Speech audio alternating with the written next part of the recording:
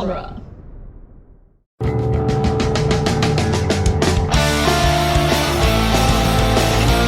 In the world of Hollywood, movies get greenlit and redlit. They get remade and rebooted.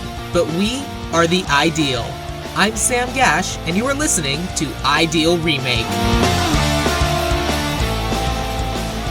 Thank you for listening to Ideal Remake. We take movies that either have been, will be, or should be remade and talk about what the ideal version of that remake would be. My guest today is author Ben Crane. Sometimes we take our pitches lightly, just having fun, but for the freshmen, every word I say is, by definition, a promise. So Ben, is The Freshman a movie that has been, will be, or should be remade? It should be remade. Okay, great. So, welcome to Ideal Remake. So people know what's happening. Who are you? I am author Ben Crane.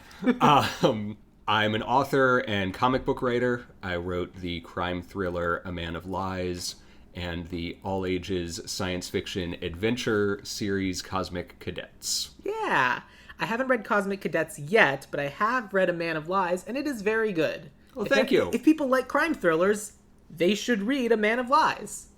It is now. one. If you like crime thrillers, this is one of them. Yeah, it's I'm that thing you gesturing like. with my hands. And people appreciate that in an audio medium. Yes. Honestly, though, I do think people do, because even if you're not seeing the gestures, just like some people can tell that someone's an animated talker doing different things. It carries through in the voice. Yeah, it does. I think so. I hope so. Please let me know in the comments of the podcast. So, Ben, you suggested The Freshman. First of all, how did you first see this movie? I genuinely don't know. It's been that long? You saw it that young as a kid? I don't think so. Oh, okay. I own a DVD of this movie. Mm-hmm. I have very strong memories of having seen this movie. Only in the past tense. I only remember being in the state of this movie exists in my memory. So I do not remember where I first heard of it. I don't remember buying the DVD. I don't remember watching it. I only remember having watched it. So what you're saying is that having seen The Freshman is itself eternal. Yes. Which there's a tense thing there that works, but whatever. So my first time seeing this movie is 1 week ago today. We watched your DVD of this movie. And I really liked it. I thought it was super fun. The basic premise of this movie is that Matthew Broderick plays a college freshman who gets a job for Marlon Brando doing his Godfather character, and then has one job. He does one job for Marlon Brando and then is basically adopted as his son. Yeah, it's weird. It's a strange movie. It's a strange comedy movie. I mean, you cast Matthew Broderick, I think you're expecting a comedy. Did Matthew Broderick ever do anything that wasn't the Lady War Hawk Games. And War Games. I guess that's true. I just think he was kind of a goofy guy. Yeah, other than, he got, War Games was his first credit, I think. Is it? I think so. I don't know why I associate him with Brighton Beach Memoirs, even though that's distinctly possible it's not him. Well, yeah, after War Games, I think he was just comedies. It was not him in Brighton Beach Memoirs. Decidedly not him. I am picturing the wrong thing.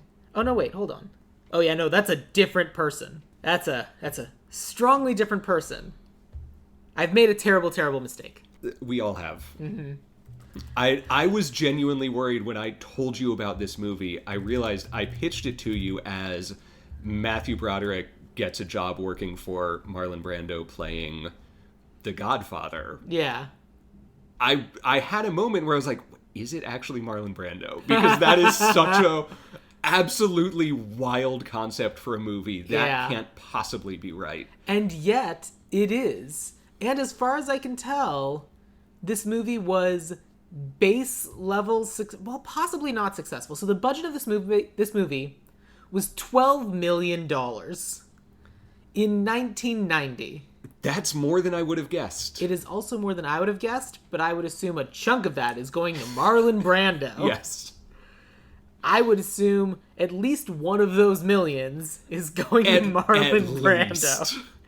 Opening weekend, it made $200,000. But this is not a movie which you do a wide release for. No. They must have done a slow word of mouth campaign. Its box office in general was $21.5 million. So I'm guessing it didn't have a huge marketing campaign. So I'm going to guess this movie was moderately... It at least broke even. Yeah. And sometimes that's all you can ask for. Yeah. This movie gets to exist. And clearly it sold at least one DVD. Exactly. And you know what? Anyone who wrote or directed this movie or acted in it is really appreciative of the residuals you got them. I'm doing my part. Yeah. Cool. Okay, so, but like, we're talking about The Freshman. Yes. I imagine there's a lot of people out there who haven't seen this movie. So I feel like we do have to do a little bit of like a quick rundown of what happens. Yeah. Like, so the movie starts in the woods. Matthew Broderick is just kind of like casually, hands in pockets, following what turns out to be his stepdad in full hunting gear as his stepdad takes a shot and fires his gun at a hunter. At a human being. At a human being. Just a straight shot at another human man. Yeah, I mean, he's not trying to kill the human man. He's trying to scare the human man off to stop him from hunting because he's a militant animal rights kind of guy. So as a vegetarian, I assume he was your hero. Absolutely, yeah. Great. I really empathized with him most of all of the people in this film. Great.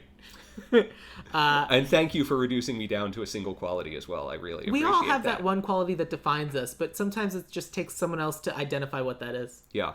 For me, it's clearly my vegetarianism. Nothing you've done or accomplished. You're welcome is basically what I'm trying to say. I'm so sorry. So basically it's like, well, here's Matthew Broderick and his relationship with his stepdad, and then he... Am I missing anything before then and when he goes off to college? No, he gets back from the hunting murder trip and immediately leaves for college. Yes. There's one awkward family dinner. Yeah, that's right, where they don't talk. Yeah, to establish that the angry hunter man is his stepfather. Right. Correct. And then, like, as they're going to college, I think the stepfather says, I put $600 in your bag. Don't spend it all in one place, or something like that. Something to that effect, yeah. So then Matthew Broderick gets on the train, gets to New York, is in Grand Central Station, and runs into Victor Ray, is the guy's name, right? You're the one with notes, so I'll... Great. Victor Ray, who is kind of just like I'm just a guy over here, right? I mean, look, you're in New York. I'm here to help you. Why won't you let me help you? Do you need Do you have $10 so that I can take your picture? No? Tell you what. I'll give you a ride to school. Like one of those kind of guys. And this guy gives Matthew Broderick a ride to school, but then before Matthew can get all the stuff out of the trunk, which, first of all, don't do that, takes off with all of Matthew Broderick's things. Matthew Broderick's name is Clark Kellogg. I should say that. But let's be serious. He's Matthew Broderick. He's Matthew Broderick. He is not playing a character. That's true. He is Matthew Broderick. That is also true. Yes. So Matthew Broderick, and then Matthew Broderick's trying to like explain things to presumably the only professor who works at NYU. Yeah, he is a freshman at NYU. Yes. Which means that he takes exclusively film courses.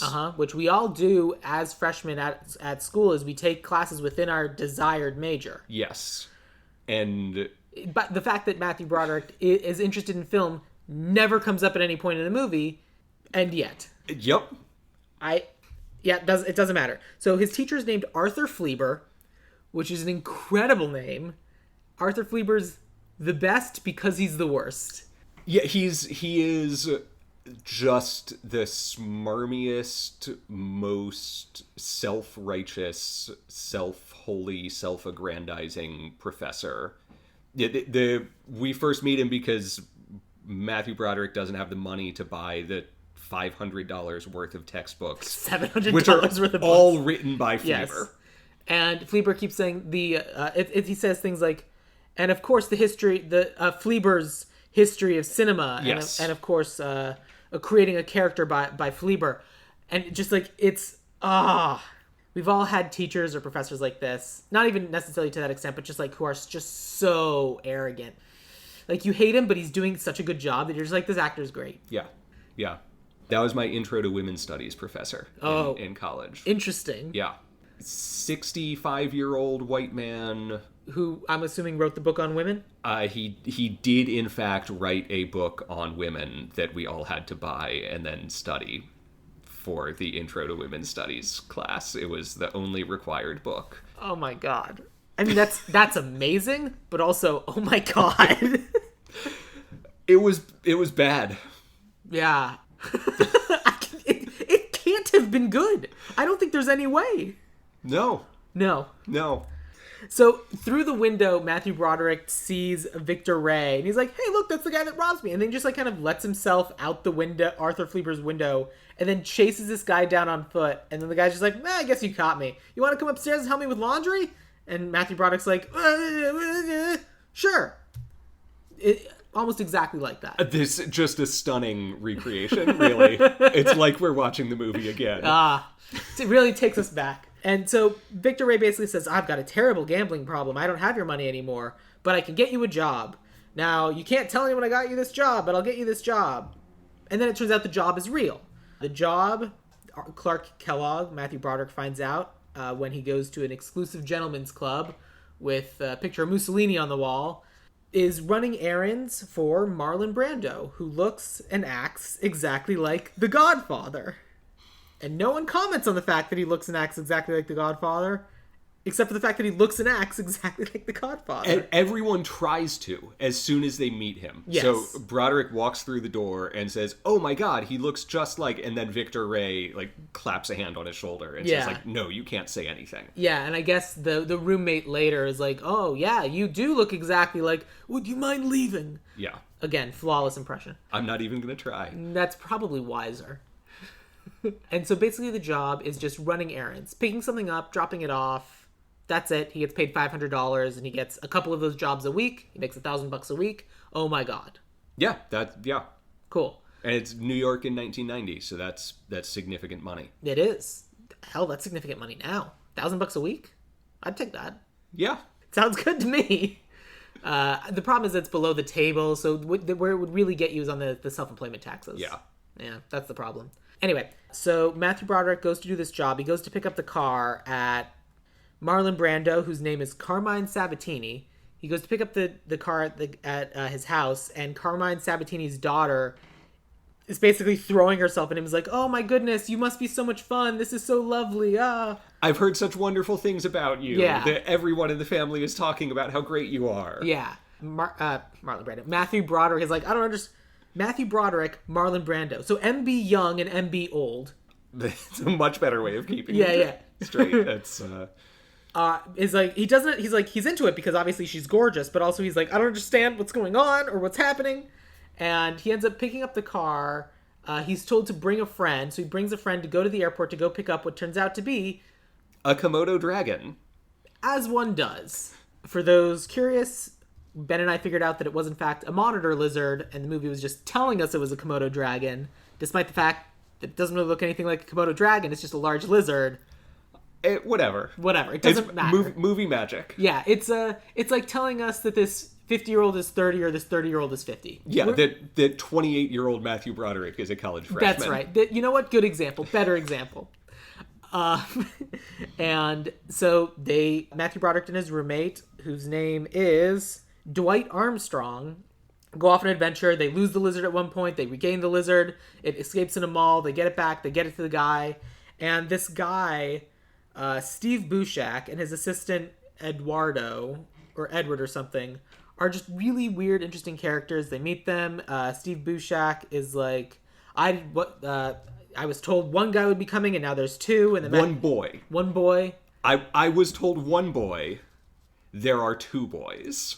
And yes. He just keeps saying that over and over. That's true. He's so weird. He says boy with an accent. I do not know what accent he's doing. It is definitely an accent. I don't know if it's even supposed to be a definitive accent or if it's just generic European. No, I didn't think it was that kind of accent, because I know someone who speaks that. I would describe it as not an accent, but an affect. Okay. It's just someone who like adopts airs. Yeah. Like that kind of performance. Literally, I know someone who speaks exactly like that and dresses exactly like that. So it's someone who just likes being seen as the fashionable one and kind of presents in that way. Yeah. And that's kind of the impression that I got from this particular actor and character or whatever. But they drop off the Komodo dragon, and it's to a barn full of cool and exotic animals. And it's like, oh my god, there's a tiger there. There's birds. There's other examples. Who can say? I think there's probably a monkey of some kind. Probably. So they drop the animal off. They go back. Matthew Broderick gets his money. The roommate doesn't. Everyone wins. That's the one job he does. He does. I was trying to figure out the timeline for this movie. I think it's like 4 days. The presumption is that other jobs have happened. But they clearly haven't. But that's exactly it. They clearly haven't.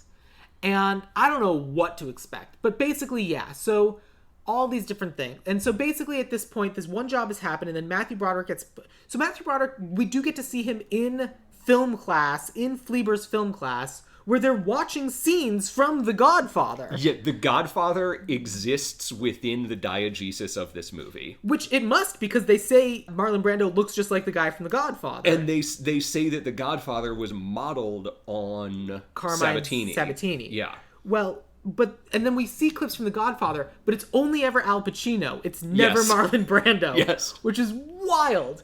And just as like a fun little note, every time they're showing clips from the movie, because it's clearly in multiple classes, they're just still watching the same movie, Fleaber is mouthing along, and it's great because he's a monster. Fleaber is amazing. He's so good.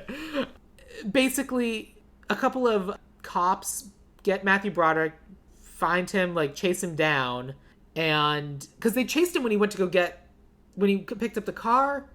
I don't know, whatever. They chase him down, they find him, basically they say, hey, look, we're the government, we know who you are.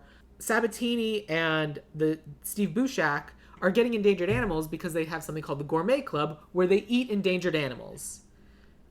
And then Matthew Broderick's like, oh my god. And then they're like, you're going to go to jail because you aided and abetted, unless you turn him in. And then Matthew Broderick has like 10, 15 minutes of like, oh, do I do it? Oh my gosh, I feel like I shouldn't do it. Marlon Brando comes to him in his dorm room and is like, on the day of my daughter's wedding. I mean, something like that. He goes and talks to the daughter, and the daughter's like, well, we're going to get married, so you're going to be a part of the family. And he's like, what are you talking about? And she's like, well, clearly we're engaged. Everyone in the family loves you. You transported that Komodo dragon from New York City to New Jersey so well. Oh, man. You picked something up in an area of the airport where I guess you go pick things up now, which I guess is a thing that existed in 1990. And so engaged to Sabatini's daughter, has to decide if he's going to turn Sabatini in, is like dealing with this in his stereotypical Matthew Broderick way of like not, and just letting events unfold around him. Until eventually he's driving the daughter and Sabatini to the Gourmet Club, and he's like, I might have to turn you in. And Sabatini's like, well, if that's what you gotta do, that's what you gotta do. Sabatini wearing the exact costume from the opening of Godfather 1. Yes. From the day of his daughter's wedding. From the day of his daughter's wedding. It's great.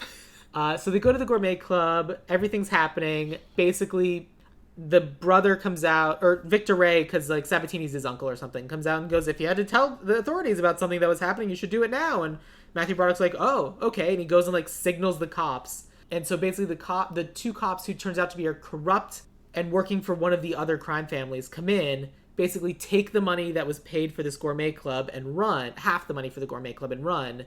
And basically a whole big thing happens where Sabatini pulls out a gun, Matthew Broderick fights for it, and we like think Sabatini's been shot, but then it turns out it was all just a huge setup.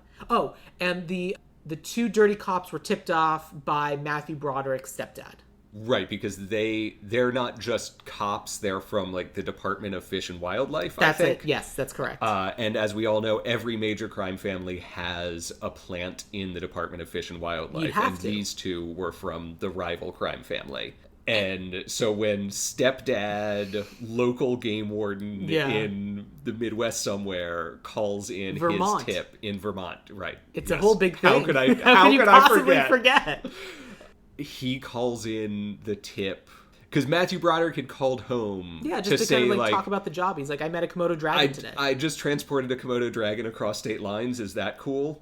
And now don't tell stepdad. I'm really just here to talk to you, Mom. Yeah. And then we get to the end and we find out that literally everything that happened was a big setup by Sabatini. Like they intentionally targeted Matthew Broderick because they knew who his stepdad was, and they knew the stepdad would find out, and they knew that the stepdad would turn everybody in because it would give them an opportunity to get the fish and wildlife off their backs. But it turns out they weren't even serving animals. They were rescuing the animals, donating them to zoos, and then actually serving the people who came to eat the endangered animals roast turkey or something. Or like deli that, turkey yeah. or something like that. And it was all just a crazy convoluted plan that worked perfectly. And at the end, Matthew Broderick's dancing with the daughter and is like, your dad's kind of a genius. She's like, yeah, he is. He's like, so what are you like? And she's like, I mean, I was just kind of playing along and doing the thing I was supposed to be doing, but it'd be nice to actually go out with you on a date one time. You seem kind of cool. Because she's like, not a caricature. Yes. And honestly, I liked it. Just like this whole big resolution of this crazy convoluted plot, just being like, yeah, no, we know it was crazy convoluted. On purpose. It makes absolutely no sense. No. But it lands emotionally. Yes. So, for our purposes, for our remake, it should make sense. I would agree with that, yes. So, I gave you a heads up that I feel like this movie kind of lives and dies with who we cast as Sabatini. Yes. So, normally we do casting at the end, but I do think we should start with Sabatini now. Okay. And then get to the rest of the casting later. Yeah. So, I feel like... Because one of the running jokes of the movie is that, like, you look just like blank. Yes. And I feel like we have to have someone who looks just like some other well-known crime guy or crime lady. Yeah. I have someone in mind. Who did you have for your Sabatini? So this is, to answer this, I do have to get a little bit into sort of my vision of what I think the remake should be. I agree. I'd love to hear all about it. So in the original The Freshman, there is a brief mention when Matthew Broderick first gets to New York of class tension. Okay. And the movie was released in 90, so probably made in 89. It's the end of the 80s. New York was going through a lot of class turmoil at that time. Yeah. And this whole premise of incredibly rich people paying $1 million to eat the last Komodo dragon on the planet lends itself very well to a story about class tension. If I remember correctly, you and I both had a audible groan when they actively made fun of Donald Trump. Yes. I think they said, you don't want to be some sort of rich guy in your personalized tower in New York surrounded by gold, right? Or was something like that. Yeah. I think they directly name-checked him. They probably did. It had the same feel as when Trump shows up in Home Alone 2. Yeah. He's one of those guys. But I'm sorry, continue. And also, so I think that we should lean heavily into that idea of class tension. Okay. That it should be a movie about screwing over the rich. Great, love that. In keeping with that, 1990, there were a lot of mafia movies being made. Obviously, Godfather was older in the 70s, but you had Goodfellas in the 80s. Casino was still yet to come in 95. It was sort of the height of Scorsese's mafia golden era. Okay. All of those mob movie jokes were going to land a lot better then than now, where we don't have as much of a, especially Italian mafia. Yes, that's true. Zeitgeist going on in the culture. Yeah, I agree with that. The zeitgeist that we seem to be in the middle of now is the just innate criminality of wealth. Okay. And super rich people just being awful and criminal by virtue of their wealth. That you cannot attain that level of power without being corrupt. Correct. And I think nobody exemplifies that better than Brian Cox in Succession. Interesting. Okay. So I would cast Brian Cox as I forget the name of his Succession character, sure, but whatever the knockoff. Yeah. And kind of lose the Italian mafia angle of it. Yes. And lean more into just the criminality of the rich. Yes. I think that's fair. I think that's reasonable. I think that's a good pitch. I also think the boy, the rich sure are dumb is always a good fodder for a movie. I didn't even think about that. I was kind of just thinking of who kind of our modern iconic crime guys are. Yeah. The kind of people who are crime guys where their crime things would be shown in a NYU film studies class. Yeah. And for me, a lot of those crime things aren't in movies as much anymore. It's now TV because we spend so much more time with these people. And for me, that's kind of why I wanted to go with the other Bryan Cranston. Also a very strong choice. I mean, the important thing is we have to go with a Bryan. Yes. What I thought would be fun is because part of what makes this movie is just like the animals and the this and the that is I still think that with Bryan Cranston we can lean into the endangered animal bit, but I specifically want us not to be eating them but to be going after rare animals because it is like this.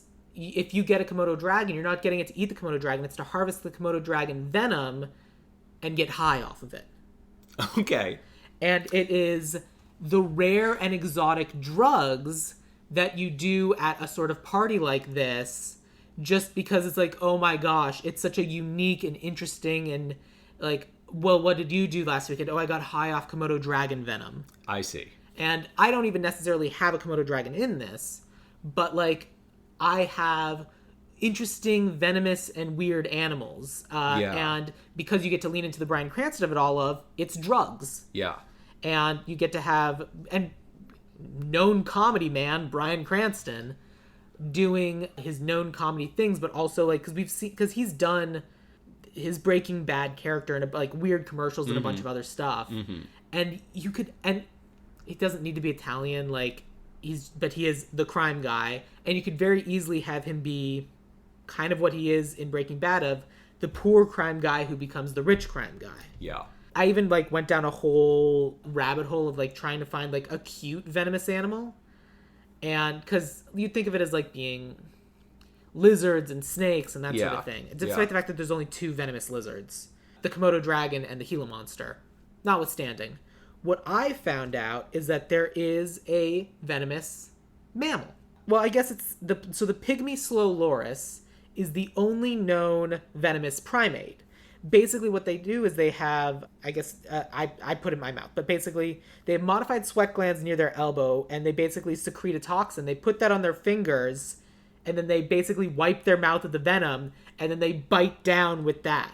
But you look at pictures of these guys, and like you've seen pictures. Slow lorises are adorable. They're adorable. They have giant eyes. Yeah. They've got this weirdly creepy long middle finger, which is what they use to like get the venom. Okay. And so you get to play around with the idea of just like this adorable animal, but then like it's been very detailed and described how their venom will affect and kill someone.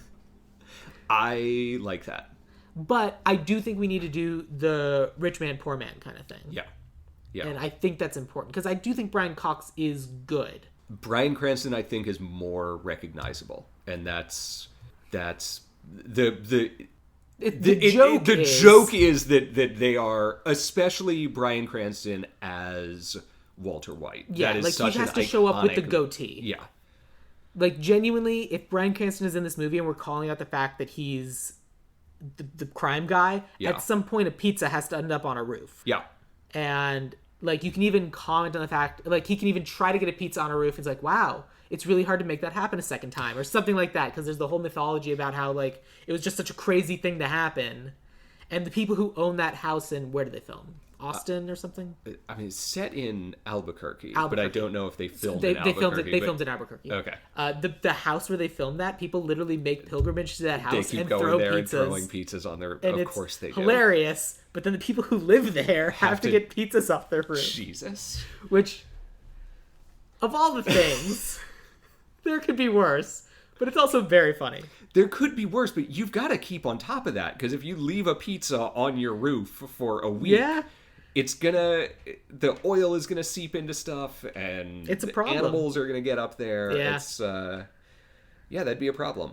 And they're not even knocking. They just drive up, throw a pizza, leave, probably take a picture, and then leave. Yeah. Yes. But yeah, okay. Like in terms of iconography, Bryan Cranston is probably the one to go with. But I also think we can and should play around with rich versus poor. Yeah. and just like rich, the idle wealthy having so much money that they have nothing else to do but waste it on these ridiculously decadent parties, and they're just dumb. Yeah. But anyway, so that's our Carmine Sabatini. But let's talk about what we want to do for the movie. Do we still want to set it in New York? And presumably we should set it like now, presently. Yeah, present day. Yeah.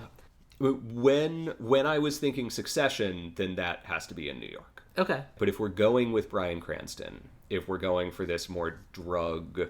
When I think of Idle Rich doing weird drugs, yeah, that says San Francisco to me more than New York. Sure, that's great. Let's go with San Francisco then. Like tech bros being into body hacking and... Yeah, that's true. Hey, the one thing I hate about my day is that I have to take breaks to eat meals. I wish there was something I could just drink and I wouldn't have to do meals.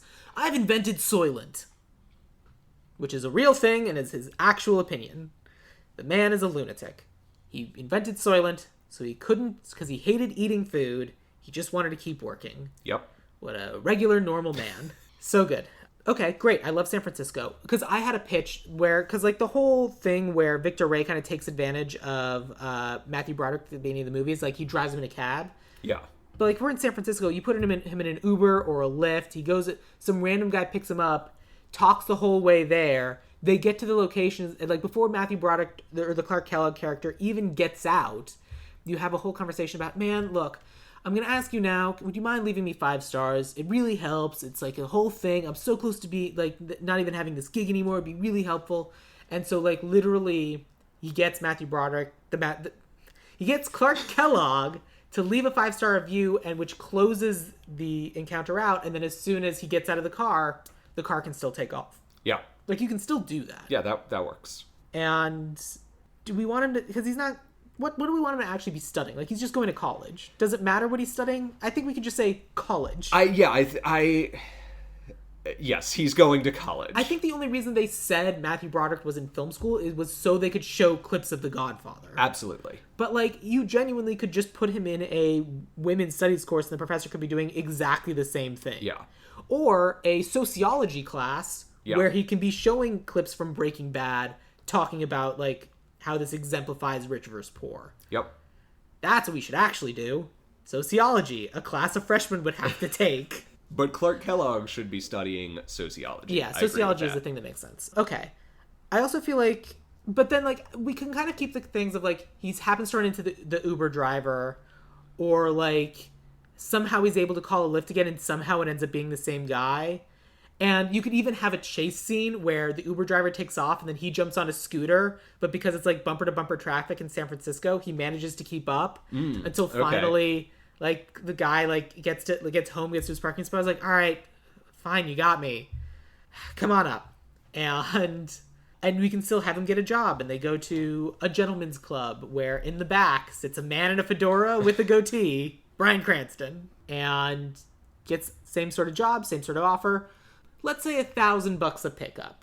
That way it's $2,000 a week instead of one. But like at that point, I feel like we then need to give him a couple other jobs. He does need to do more than a single delivery. Should they all be animals, or could they be like one's like easy, medium, animal? I like that more. Okay. I think the jumping straight into the Komodo dragon works for the keeping him off balance. Yeah. It also works for the keeping the runtime of the movie quite low. That's also true. What was the runtime of this movie? 102 minutes, so hour 40. Yeah, not bad. We got time for 2 more 5-minute little assignments. I have an idea for the first one. Okay. So I mean, especially for ramping up and starting with easy, if we want to throw our Clark Kellogg off. The first thing he can be assigned to do is he's assigned to go to McDonald's, pick up an order of fries, bring them back, and give them to Bryan Cranston. Good job, you did the thing. I'm Bryan Cranston. But just like something so super easy. Like he goes, picks up French fries, brings them back, here's $1,000. And he just took an Uber to get there. Yeah. So we know that Uber Eats exists. Yes. That if if Bryan Cranston really wanted some McDonald's fries and really wanted to pay a private courier to do it, he could do that from his phone for $3. So easily. Or if he didn't want a paper trail, he could ask like the bartender to do it. Yeah. Yeah, something really dumb and easy like that, where it makes no sense, and he has $1,000, and all of a sudden he's like, okay, cool. So I feel like that's an easy one. For the medium one, I'm not sure. So the easy one is off-putting because it is so easy. Yes. And then the animal is off-putting because it's a venomous animal. Yes. The middle one, I think that one of the largest glosses in the original film is when Matthew Broderick goes to Marlon Brando and says, we're not doing anything criminal, right? Yeah. And Marlon Brando says, no, and then takes 2 walnuts from a bowl on his desk and crushes them in his hand. 2 definitely real walnuts that weren't preset to immediately fall apart with the slightest bit of pressure. And that's it. That's the only time that Broderick raises this issue of, criminality. I don't want to be involved in crime. Yeah. And I think that we could tug on that string a little bit more. Okay. And have the second job be something that is more significantly potentially criminal, but also just skirts the line of plausibly legit. Okay, I have one. And it also will do something the movie did a little haphazardly. Okay. The second, like, he goes and picks up fries. Yep. The second one can be the daughter's chauffeur while she goes shopping. Okay. So he can take the daughter around to different stores as she goes and buys things. And he doesn't notice at the first one, doesn't really notice the second, but at the third, you can see her picking up envelopes and stuff. Yeah. Like, picking up the clothes, but also getting an envelope full of something to go with. And he realizes that the daughter's not paying for any of these things. I also think it would be funny if we had him driving the car, chaperoning the daughter, and then the car is being escorted by a black van. It's like, well, what? There's a black van. Why couldn't you take them? That's no fun. Why would I want to take a black van?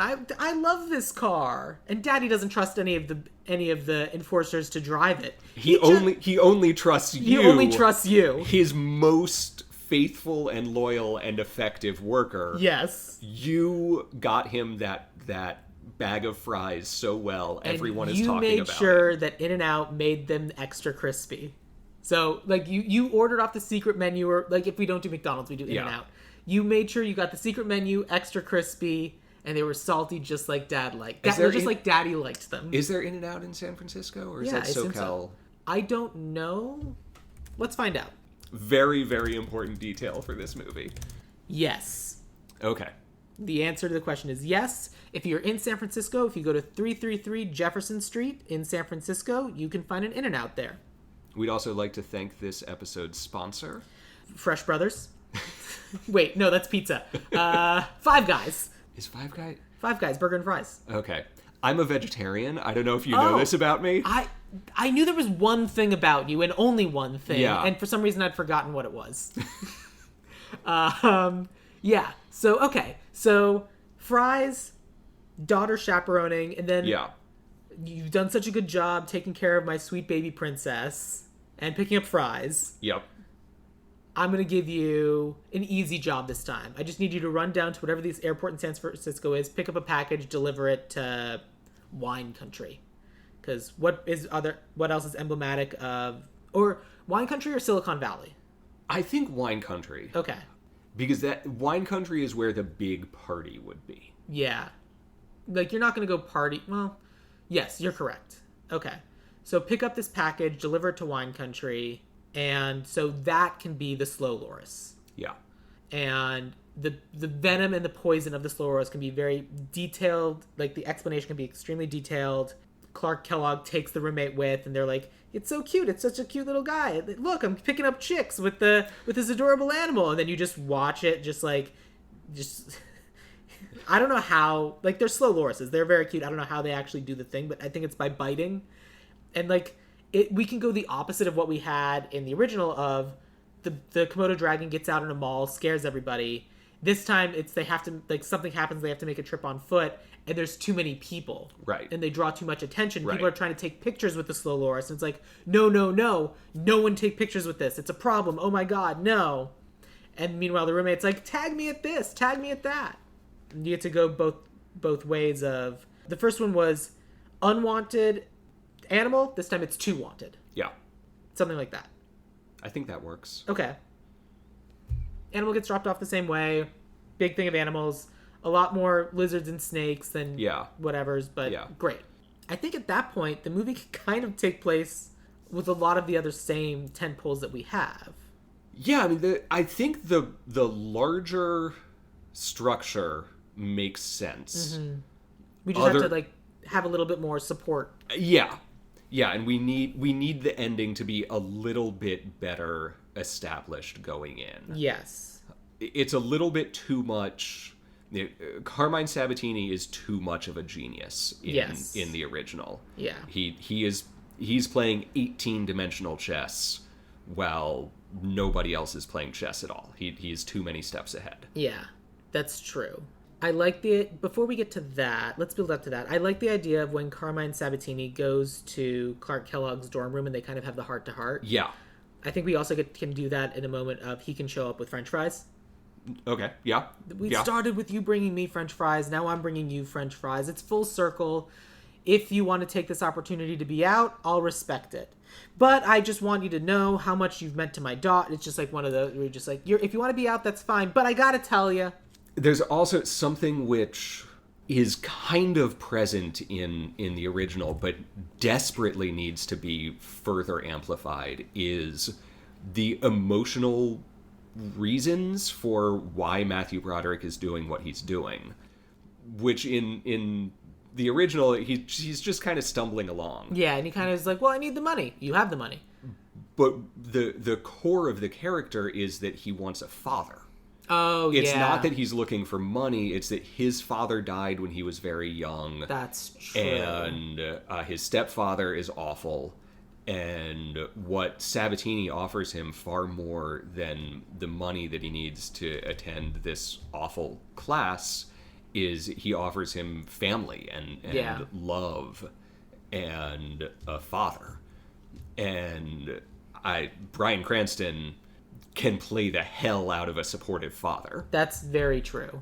And I think that is when this is the point in the movie where we start drilling into that. I think that's true. Especially because he can be there in the dorm room and he can see something that Clark Kellogg happens to be working on and genuinely take an interest in what the character is doing. Yeah. Which is something that the stepfather never does, but his original father did. Yeah. I think you're absolutely right.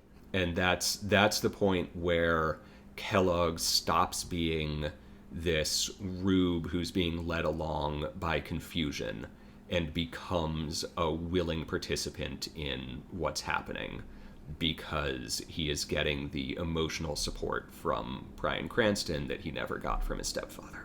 I agree. I think you're right. I think that matters, and because of that, he needs to then, because Bryan Cranston lets him in and he lets Bryan Cranston in, they have to be co-conspirators in the finale. Yes. We, the audience, can be clued out, like not clued in, but they both have to know. Yeah. Because I think it only works if they're both clued in. Yeah.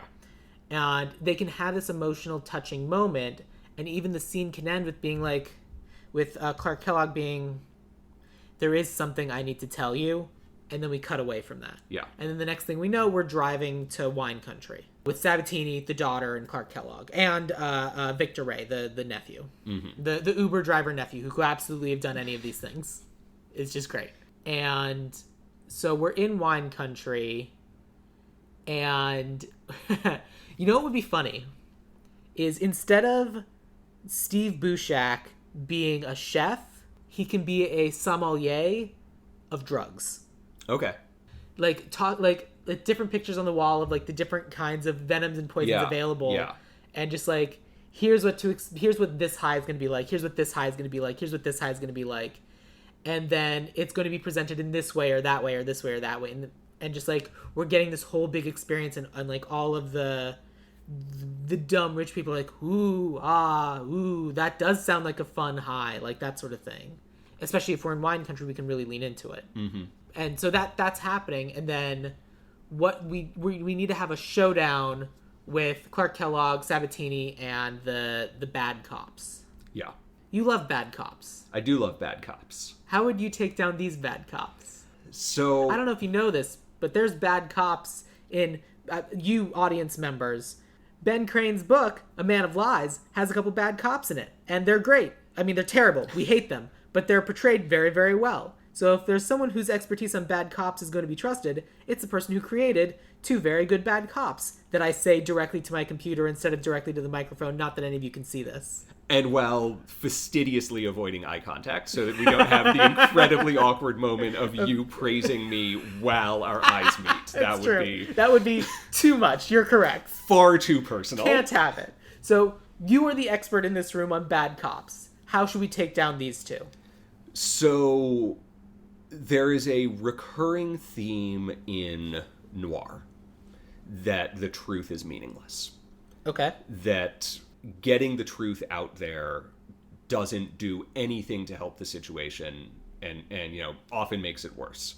Also, I want to preface all of this by saying I have not thought about an answer to this ahead of time, so all of this is very seat of your pants bullshit. Yes. You're doing great. Okay. That's what this whole podcast is. It's okay. fine. Great. As a cis white man, I am very confident just speaking extemporaneously about things which I marginally understand. Our right. Continue. Again, people listen to a podcast hosted by a cis white man. They're used to it. So one of my problems with most podcasts. Yeah. One of my problems with the original is the way that the dirty cops are brought down is they're tricked into taking this money. They cackle and tent their fingers gleefully as they're like, ooh, so much money. Ooh, look at us. Let's escape with our ill-gotten gains. Yes. And then twirling their mustaches, they run off into the cornfields of New Jersey. And are... Oh, yeah, good point. And then are immediately arrested by the FBI, who then turns around and leaves. Yep. And does no further investigation. Well, we've done everything we need to do here. This bureau has been federally investigated. So, however the dirty cops are brought down, it has to be in a way which... it is further explained than just the FBI shows up, arrests them, and gets rid of them. And I still think they can be fish and wildlife. Yeah. And, I mean, the funny thing is that, they can be fish and wildlife, and then they step outside, and I'd say they run into a moose, but there are no mooses in Northern California. But, where they get taken down by fish and wildlife, as opposed to something like that. But... the tone of the movie that we've crafted so far doesn't really lend itself to that. Yeah. It's not a John Candy movie. So, let me pitch something. Great. Which is, Sabatini's plan is not to have the dirty cops get arrested with the money as they flee. Sabatini's plan is to put all of this on Kellogg. Oh. And the original plan... When he first creates this ridiculous Rube Goldberg machine of a con, is to draw Kellogg into all of this, get him inextricably tied into all of it. That's why he keeps giving him all of this money, is to make their finances linked from an investigative... Sure.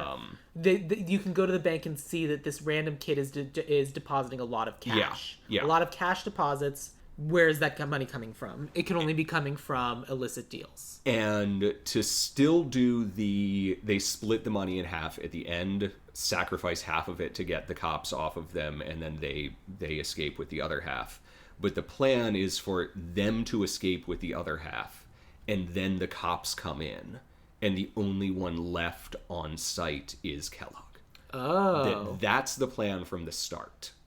Okay. And the death that is faked is not Sabatini's, but Kellogg's. Oh. That when they have their heart-to-heart where Kellogg says, I need to tell you this thing, and it's that the Department of Fish and Wildlife has turned me into a narc, and I'm going to be leading them to you, Sabatini then says, I need to tell you this other thing. Yeah, got it. And so then the double cross, it's a double reverse cross. Sure. And well, we have a really easy methodology for Clark Kellogg to fake his death. He is surrounded by very particular venomous animals. A couple of which he's already established a relationship with, who trust him, and we can have established earlier in the movie love jumping on his shoulder, love clinging onto his head. And all that has to happen is they just have to do that again. I think that works. That's very good. I like that twist. I like that idea. And then, okay, so Clark Kellogg dies, fakes his death.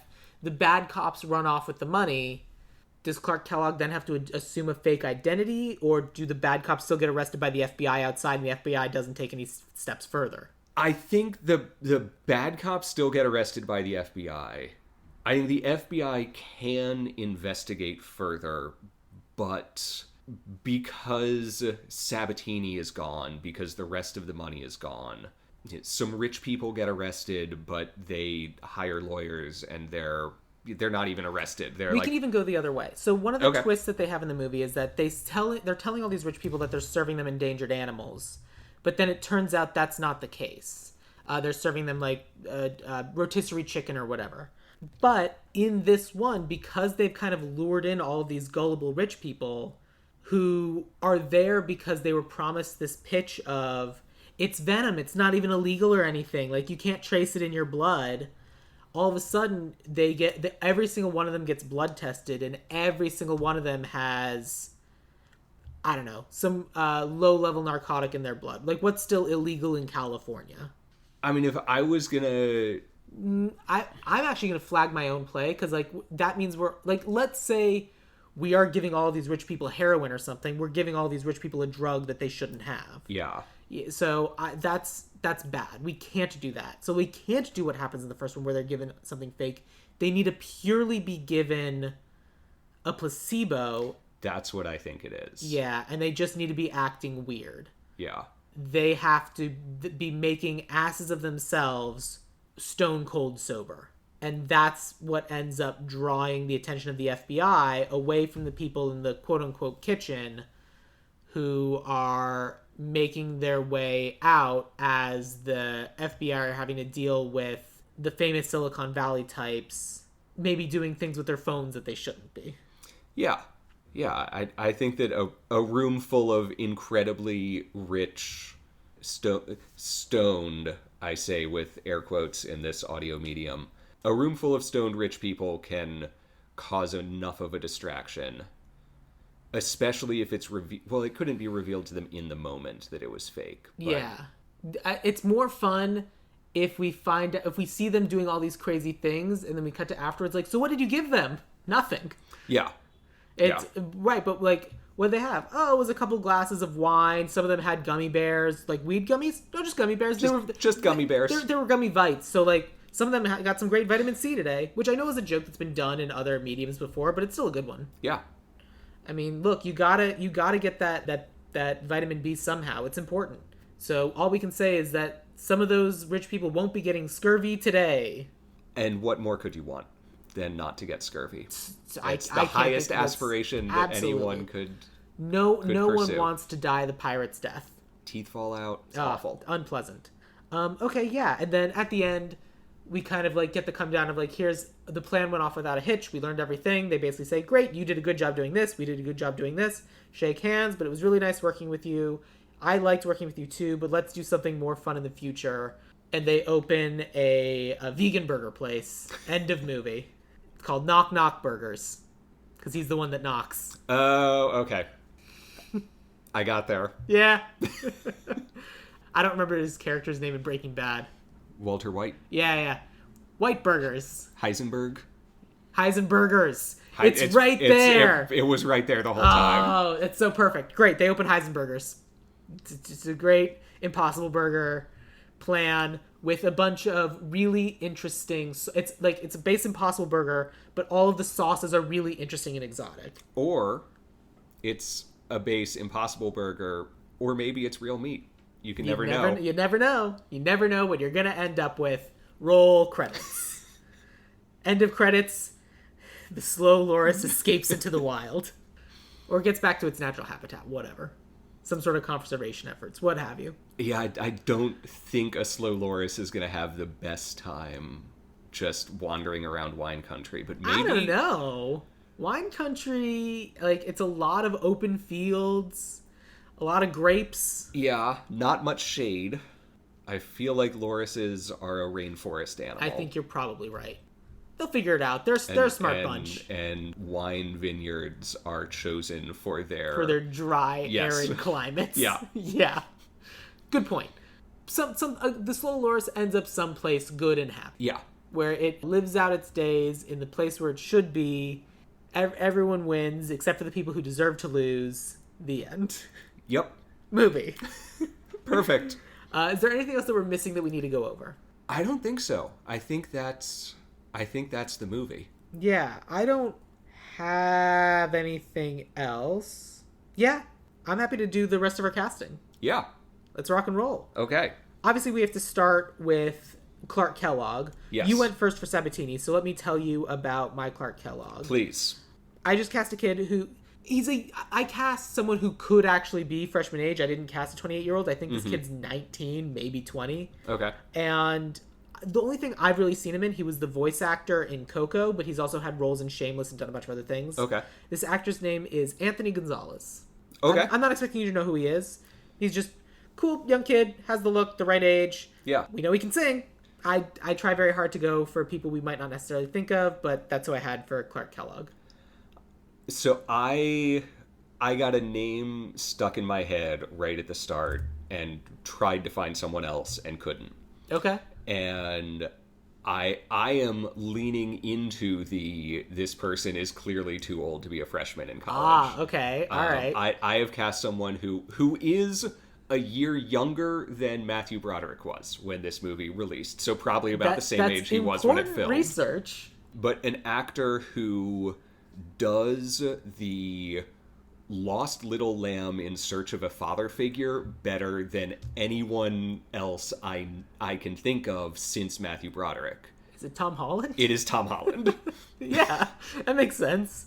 That is precisely who he is and who he plays. Yeah. You can absolutely make an argument that the way Tom Holland does characters, it is a very Matthew Broderick-esque character. Yes. It's like geez, I'm just Morty, but in real life kind of character. Yeah. I could see that. Yeah. And he's a young 27. He is. Because he's going to continue to be Spider-Man. Like, the next Spider-Man movie, he's going to be playing a freshman in college. Yeah. Theoretically, if he gets to go to college. But, like, yeah. There's nothing wrong with Tom Holland. I can't think of any reason not to go with Tom Holland other than the fact that he's, like, one of the most famous people in the world. That's... And he's just, like, another white boy. But I feel like for the Kellogg role, at least, you would want a name that is equivalent. You want a name to go up against Bryan Cranston. I think that's true of Marlon Brando, the Marlon Brando character. I don't think that's true of the Matthew Broderick character. The only thing that we need is that the Marlon Brando character looks like the guy and is distracting. Yeah. We don't necessarily need that in the Clark Kellogg character. Theoretically. Again, I'm not opposed to Tom Holland. He's fine. Let's take a look at who we have for everyone else. I think we'll wind up with yours, though. But if I end up getting more elsewhere, we'll go with Tom Holland. Like I said, Tom Holland is, if this movie was getting remade today, it would be Tom Holland. Yeah. It wouldn't be anyone else. That's just who it would be, period, the end. You're correct to pick Tom Holland. I'm just being obnoxious. So, did you have someone for Victor Ray, the nephew? That was the one which I forgot. Okay. I knew as I was putting this list together, there is a character I'm forgetting. It was Victor Ray. So, I gender swapped this character. Okay. Because, like, if we're leaning into the found family, like, Bryan Cranston's a white guy. I do not need the nephew to be, or the niece in this case, to be a white guy. I went with an actress who I've recently seen in After Party. I started watching After Party. Scott, you finally got me. I'm watching After Party. Are you happy? Please be happy. I also first saw her in The Good Place. I didn't know that she voiced the character of Sabine in Star Wars Rebels. I genuinely didn't know that. This is the actress Tia Sircar. If you watch The Good Place, she is original Ellen. Good Ellen. Oh, okay. She's the one that went to the bad place in place of Kristen Bell. Yeah. I did not know that she did Sabine's voice either. I didn't either. I was like, oh my god. And I just thought it was, I was just going through our IMDb pulling stuff, and I was like, oh. Yeah. Great. You said you didn't have someone for that, so we're going to go with Tia Sircar. Unless you are No, that works. Opposed. That works. Cool. So then that brings us to the daughter, Tina Sabatini. I can go first for this one. I cast she's I think she's a year or two older than Anthony Gonzalez, which means she's 3 or 4 years younger. I guess she's 5 or 6 years younger than Tom Holland, but whatever. She is known for the character she plays in It. I most recently saw her in the new Dungeons & Dragons Honor Among Thieves. She was also in Asteroid City. She is Sophia Lillis, the redheaded druid from Dungeons & Dragons. Yeah. She's good. She can have attitude. She's just a good actress. Like, she's in the horror movie, and then she's in the fantasy movie, and she's playing very different characters. And so, yeah, I just thought that'd be fun. Who did you have for the daughter? So I went with another late 20s actor for this. Great. Because if we were going with Tom Holland, then I didn't want that big age disparity. I think that makes sense for the age of the father, even if it's Brian Cox or Bryan Cranston, to have a slightly older daughter. It also contributes to, regardless of who we cast as Kellogg, it contributes to the off-puttingness of their initial interactions. If you have a 27-year-old throwing herself at a 21-year-old or a 19-year-old, that's significantly weirder. That's true. And we want that initial seduction to be weird. I agree with you. For that scene to work. Yeah, okay. And I did not realize until looked at all of the names laid out here how overwhelmingly British my okay. My casting is. But I wanted someone who could do innocent, who could do seductive, who was in that age range. So I cast Phoebe Dynevor. I don't know how to pronounce her last name, but she was the lead in Bridgerton. Oh, okay. Dynevor. Dynevor. Phoebe Dynevor. I haven't seen Bridgerton, but yeah, great. If she's in Bridgerton, then she can do seduction well. Yes. She's also in Younger, in Snatch. She was in The Musketeers, Dickensian. She's done stuff. Yeah.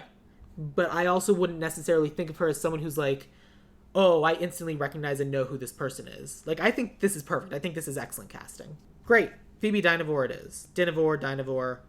However her name is pronounced, that's what we respect. Great. Then the next person I have is the chef. Okay. Who did you have for the chef? So I am leaning into the stunt casting nature inherent in this project. Okay. I am casting Matthew Broderick as the chef. Okay, fair enough. I can see that. The chef is charming. The chef is a little bit off-putting. The chef is generally kind of strange, but very charismatic in his strangeness. That's true. You can't say that Matthew Broderick isn't those things now. Yes. It's true. And it's not like people are going to be so familiar with the original movie that they're going to go like, oh yeah, the guy from the original one. Right. That's not bad. I went with... So, this particular actor was like kind of a YouTube personality. Like, he was like on or one of the Try Guys.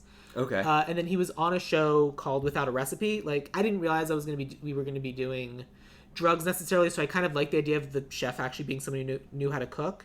But I specifically cast him because I knew he was an actor because I know he was a voice in Nimona. He is the voice of the blonde boyfriend. Okay. It's an actor named Eugene Lee Yang. So Eugene Lee Yang he's American, but his parents are from South Korea. He is a queer filmmaker. He's 37.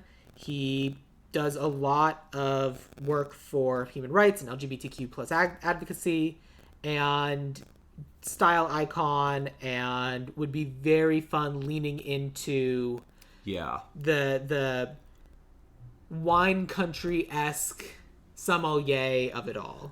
Yeah, looking at pictures of him, I can see him. He can do that. The character he voices in Nimona is named Ambrosius Goldenloin. And that's funny to me. Nimona is a very cute movie. If you haven't seen Nimona, it's worth your time. Nimona is very, very good.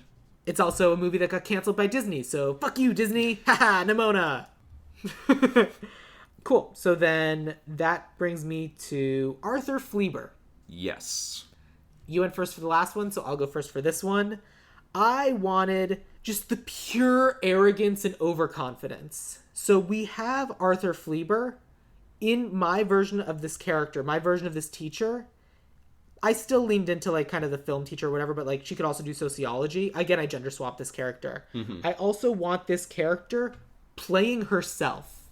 So this person who we all know from SNL and Bridesmaids and The Good Place and so many things is Maya Rudolph. And I think it'd be really funny playing Maya Rudolph as Maya Rudolph.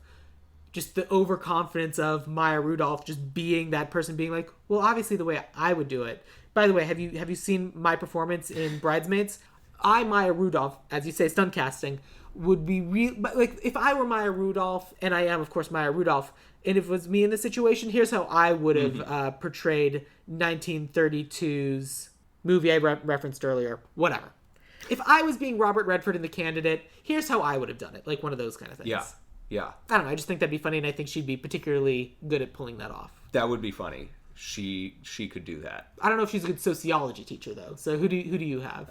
I went for a much more traditional casting. Just a late middle-aged... Great. ...white guy who is just... You just want to punch him in the face. Okay. And great. that is Stephen Tobolowsky. Oh, I know this person. I know I've cast him for something before. Yeah. Stephen Tobolowsky, of course. The guy from Groundhog Day who you just want to punch in the face. Bing! He has only gotten more punchable as time goes by. Yeah, I've listened to interviews with him. I know nothing about him as a person. Incredibly nice human being. Okay. But very easily could lean into the... Yes, absolutely. Stephen Tobolowsky for sure. All right. And then I actually didn't cast the cop, so I don't have any other actor roles. Do you? I cast the roommate. Oh, did I skip oh no, I do have the roommate. I have a hyphenate, and I miscounted. Yes, I do have the roommate. Who did you have for the roommate? For the roommate, I wanted an enthusiasm to contrast with Kellogg's sort of naivete. Sure. And I wanted someone who could bring... excitement and energy and just be really, really into the moviness of all of this. Yeah. And I also cast someone age appropriate because the idea for me of 27-year-old Tom Holland acting opposite an 18-year-old. That's very funny. So I cast Glenn Matarazzo. I don't know who that is. He's from Stranger Things. He's the kid with the gap in his teeth. I haven't seen Stranger Things. I can't watch scary things. Stranger Things, as someone who also cannot watch scary things, Stranger Things is not scary. Is that how you pronounce Gaten as Glenn? No, Glen. Glenn. Glenn. That says Gaten. Oh my god, you're right. I am very, very good at reading. Gaten Matarazzo. Yes. Dustin Henderson. Yes. I was so focused on spelling his last name right I'm going to blame this one on autocorrect. Okay, that's fair. I could very easily see autocorrect saying, like, that's not a word. You know what is a word? Glenn. Let's, I don't actually think it was autocorrect, but I'm going to blame it on autocorrect. Absolutely. I agree. It was my own mental autocorrect. I saw Gaten and was like, that's not a name. Nope.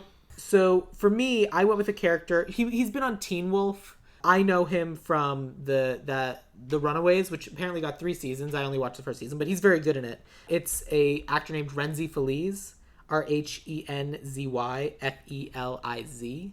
Oh, this guy. Yeah.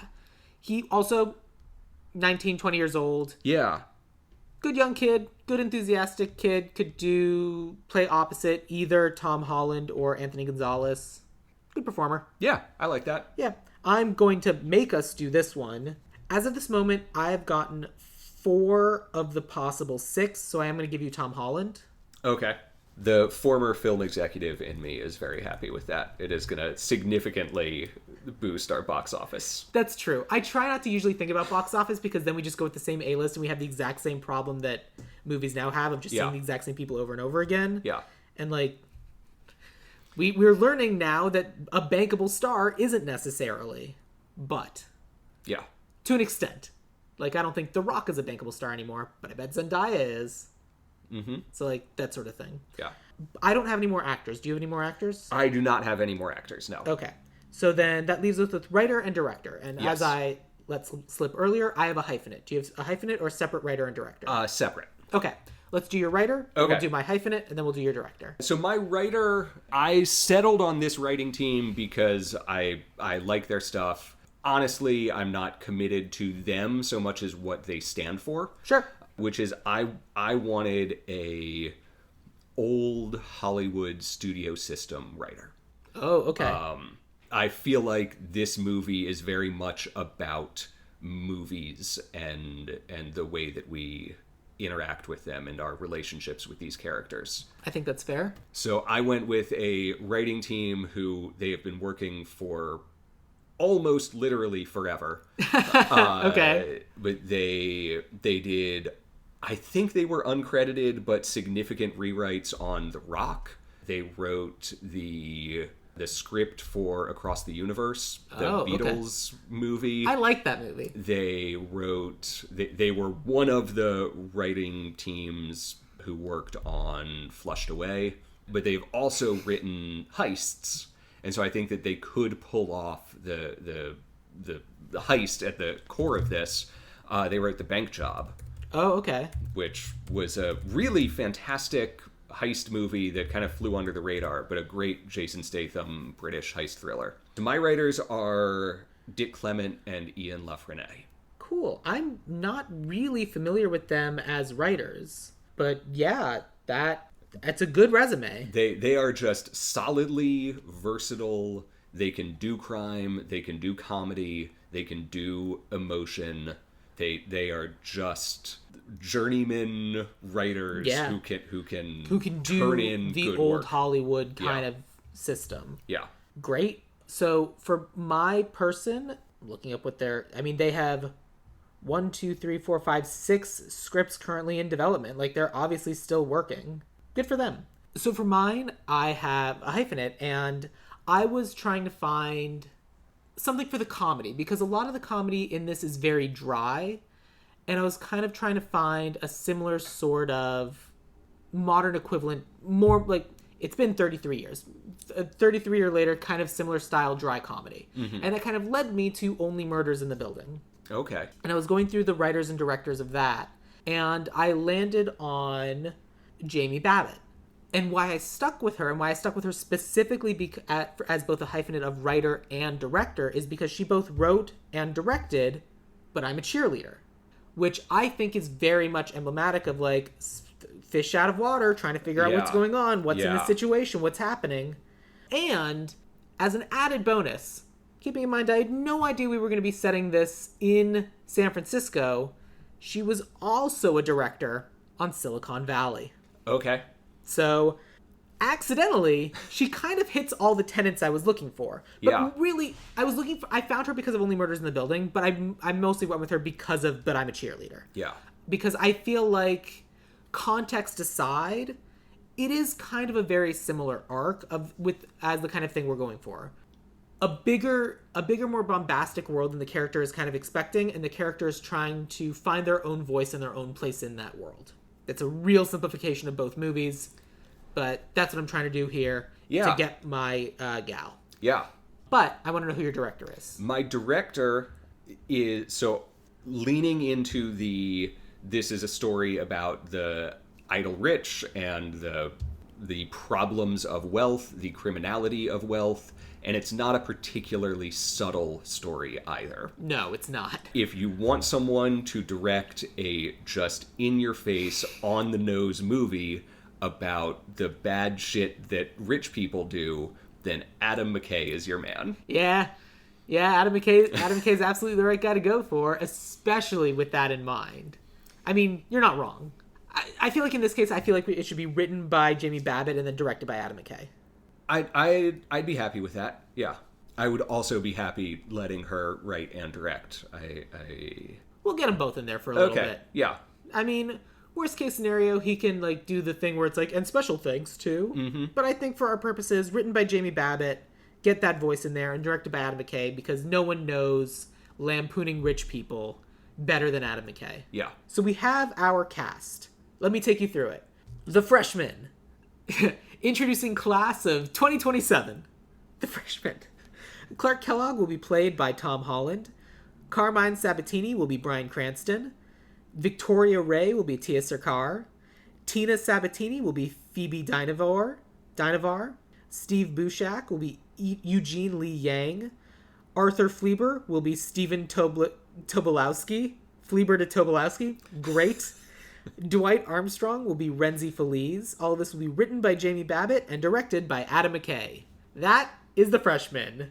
You gonna go see this movie? Or buy this movie on DVD? I will own the movie on DVD with no memory of ever acquiring it. Perfect. No higher honor. Great, Ben, thank you so much for being my guest on Ideal Remake. Now is the time. Tell everyone about your books again. I have 2 books. They are very, very different from each other.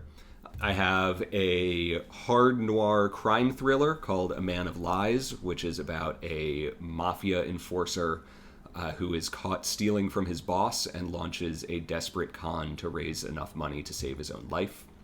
And I have a graphic novel, Cosmic Cadets, which is a all-ages science fiction adventure story that follows the children of the command crew of a ship as it explores the galaxy and meets fun new alien races. Such a fun concept. Cool. If anyone is there anything else you want to promote? Like, do you social media you want people to follow, or?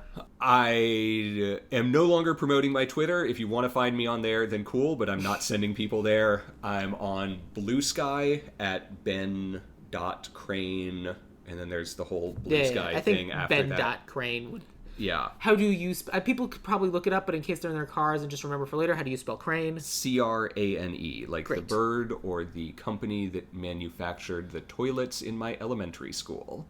That probably didn't get back to you in any way, shape, or form. Nope, I'm not still bitter about it now, 30 years later, at all. No.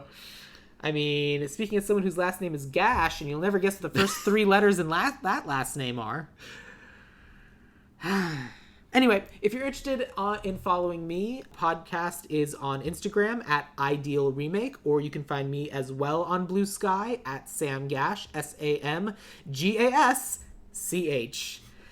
But that's a podcast. So, Ben, thank you again so much for introducing me to this movie. I had a lot of fun watching it. I had a lot of fun talking about it. We will end this episode the same way we end every episode. What is your favorite quote from the movie The Freshman? Oh, God, I should have come prepared. No one does. We can look it up. You don't have to, like, no, we have to do this live. Okay, all right. Me struggling. There's absolutely no way that I can do. The best quote is the quote that I used for the beginning when, like, we're sitting on the couch and I'm like, oh, I'm using that. And I remember you saying that. Every word I say is by definition, a promise. Yeah. It was such a good line that I wrote it down. Let's check the IMDb page for The Freshman and see what notable quotes they have.